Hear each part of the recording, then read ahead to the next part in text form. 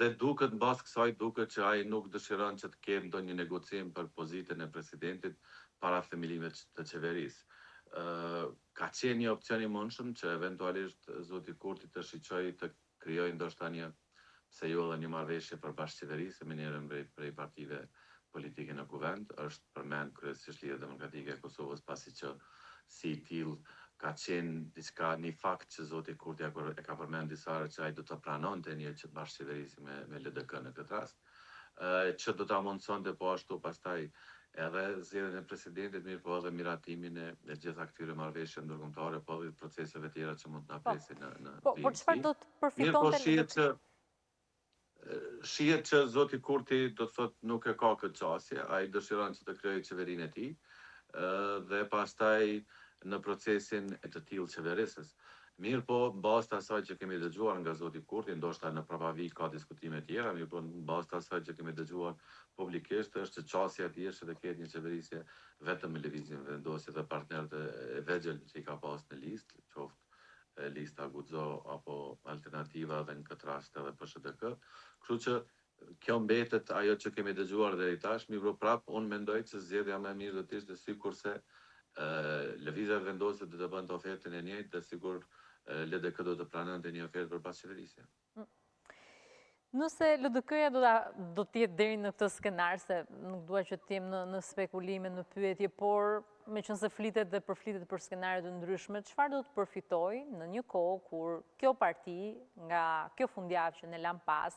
pam të risillte, duhet thënë, atë përballjen mes vete, me eksponentët e saj politik dhe me bazë leadershipin, duhet thënë, ku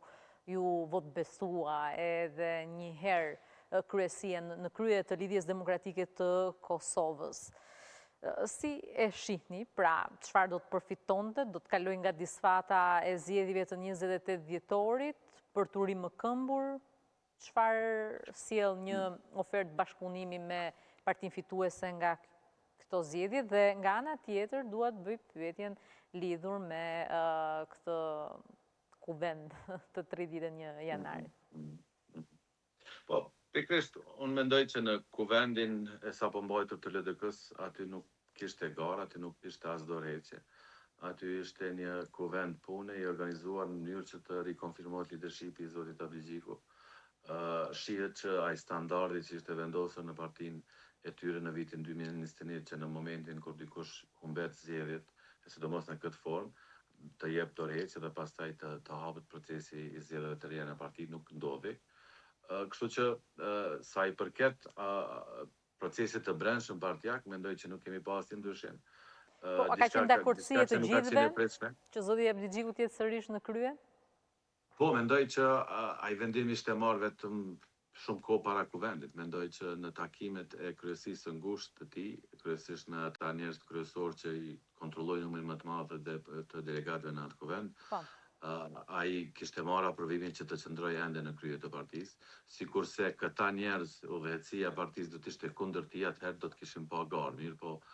duke marrë parasysh faktin që ata